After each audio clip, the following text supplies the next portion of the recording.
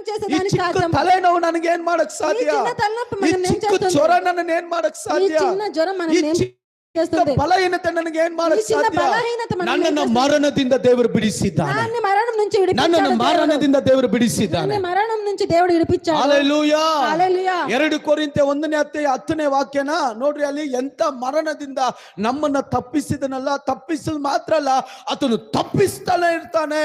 2 కొరింథీ 1:10 మనం చూసినట్లయితే, ಆತನು ನಮ್ಮನ್ನು ಎಂತ ಭರವಸವಿಡುವವರು